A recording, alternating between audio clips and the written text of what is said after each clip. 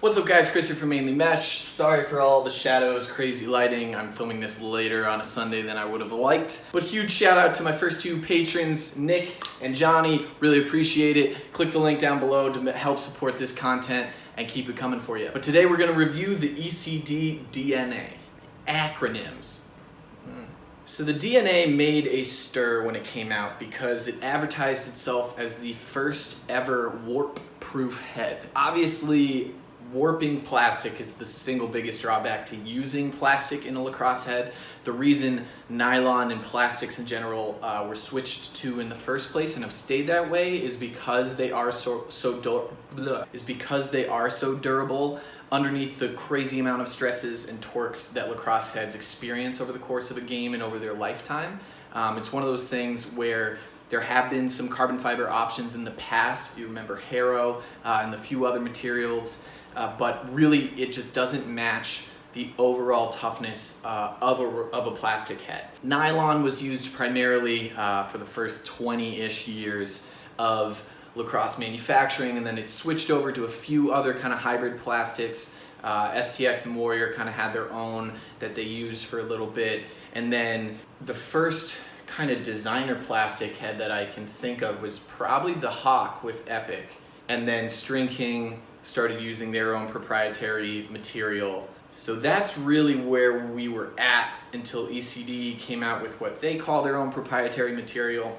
Still, plastic is more or less the same. So I was pretty surprised to hear Ecd claim that they had a warpless head, especially noting that it only had one strut.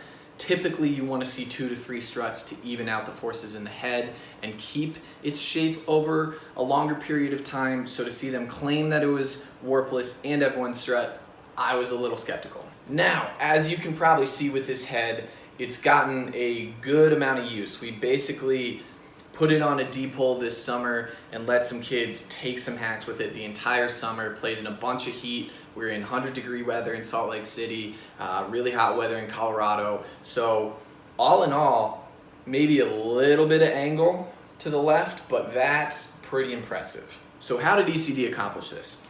First and foremost, you need to understand that this head weighs 6.15 ounces or 175 grams.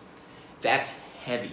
We're seeing a handful of pros use this head on short sticks. I believe Ryan Drenner is using one, a couple other guys, I'm not gonna know them off the top of my head, but I would never use this for a short stick. 6.2 ounces is just a ton. In my opinion, it's gonna be a super top heavy head. It's just not how I like my sticks balanced at all. Typically, I'm shooting for a 4.8 ounce head-ish, so we're talking like a full 25% decrease, well, 20% decrease, 25% increase. Never understood that. Long story short, you need to understand that this weight is more in the class of like an STX Hammer, a Brian Triumph even just a very beefy head. So could you use it as a short stick? Clearly people are, but weight-wise, it's gonna feel really heavy if you put it on a shorty, especially if you're using like a Dragonfly. This head alone would weigh more than the entire shaft itself, and that's unstrung, which you never have happen. Well, it's rare. As far as the offset and the profile throwing mechanics go, it's very similar to the Rebel offense. So if you're used to the Rebel heads, the Ecd Mirage is gonna throw very similar to that. It's a smidge too whippy for my personal taste. I think it's perfect on a D-pole. On a short stick, it would have a little bit too much for me. Ecd tends to cant their heads a little bit more forward, similar to kind of a String King 2V-ish head. Gross. But on a D-pole, this head's pretty perfect. What I really like about it too is it's a pretty aggressive face shape. It's not crazy wide, and it's just really gonna keep a nice pocket, as you can see here. It's got a super tight channel. When we were using this summer, it had a ton of hold. Kids were dangling with it. They loved it. They called it the Thor stick. We had it on a purple shaft, and it was kind of the invincible long pole. Thor? Thanos? Sorry guys, I'm more of a geek, I'm not a nerd, my bad. But all in all, this head raises a lot of interesting design questions for me. So they only have one strut. The way they also keep the structural integrity of this head is they have some really beefy bottom and top struts. So the wider you make a bottom strut in either the X or the Y component, that's where you get a lot of your stiffness. So it's not like the stiffest head I've ever felt, but there's clearly some very wide portions and tall portions in these top and bottom struts that are giving it a lot of structural integrity. I'm not sure how much the plastic itself actually helps the head. So it's the same plastic they're using in their face-off head. And it seems like that head has had a little bit more strength over time, but nothing crazy. So, you know, there might be like a 5 to 10% difference in the plastic alone, and I think that'd be very generous if I wanted to get into the nitty-gritty of those percentages. But I think a lot of it has to do with the actual design itself. So, all in all, in my opinion, this head is the best LSM head on the market. There was a lot of information before a very simple point, but it's true. This head has the face shape I've been asking for 5 years. It's got an offset that naturally has a smidge more whip than an offensive head, so you can string a very normal pattern in it and throw it right on a long pole without second guessing any of your patterns. This is more or less the same pattern that I put in a short stick typically, just translated into this head, and it's perfect.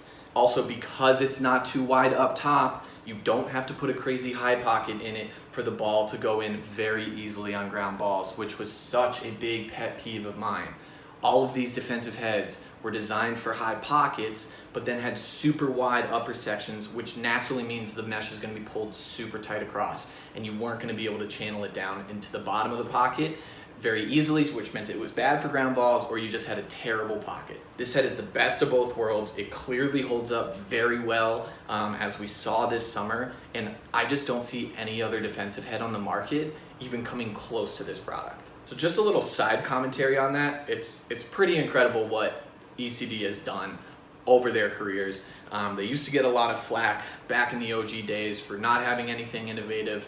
Now, in my opinion, they have the single best head in this product category, the LSM defensive market. I don't see any other better head if you play long pole, period. For the offensive end, I wouldn't say they have a head in that same tier. Personally, I wouldn't use the Rebel O. People like it, but it's just kind of another normal head. If you like it, you do. If you don't, it is what it is. It's a solid product, but this is dominating that long pole category right now, in my opinion. If you want to buy it, I'm going to see if I have a link down below. Hopefully I do. Other than that, let me know if you have any questions down below. This is clearly already a really long video, so I might come back to this head in the future. But right now, this is my leader. Please support my Patreon, guys, if you want to keep seeing this content. I'm still going to be sticking at 1 video a week. We're going to be slating it Mondays at 5 p.m. Eastern, just so I have the weekend to edit and stuff. But if you want to keep this content coming more frequently, join Nick and Johnny as patrons in the link down below. Any amount is appreciated. There are certain rewards for certain tiers if you guys want some swag for it. But thanks so much, guys, for watching. Make sure you like, comment, subscribe. I'll catch you guys next time.